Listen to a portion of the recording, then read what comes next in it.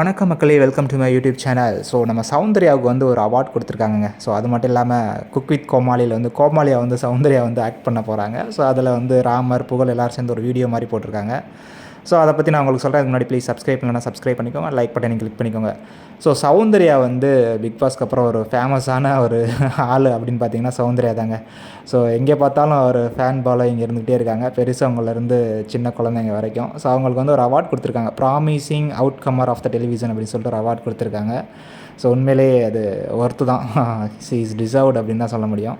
So அதுக்கு award கொடுத்துட்டு உங்களுக்கு பல விதமான ஃபாலோவர்ஸ்லாம் இருப்பாங்க, ஃபேன்ஸ்லாம் இருப்பாங்க. பட் அந்த லுக்குக்குன்னு ஒரு தனியான ஃபேன்ஸ் இருக்காங்க அப்படின்னு வந்து சொல்லுவாங்க. அப்படி சொல்லும் போதே சௌந்தர்யா அப்படி ஒரு லுக் விடுவாங்க. ஸோ அது பயங்கரமாக இருந்தது, உண்மையிலேயே நல்லா தான் இருந்தது அது.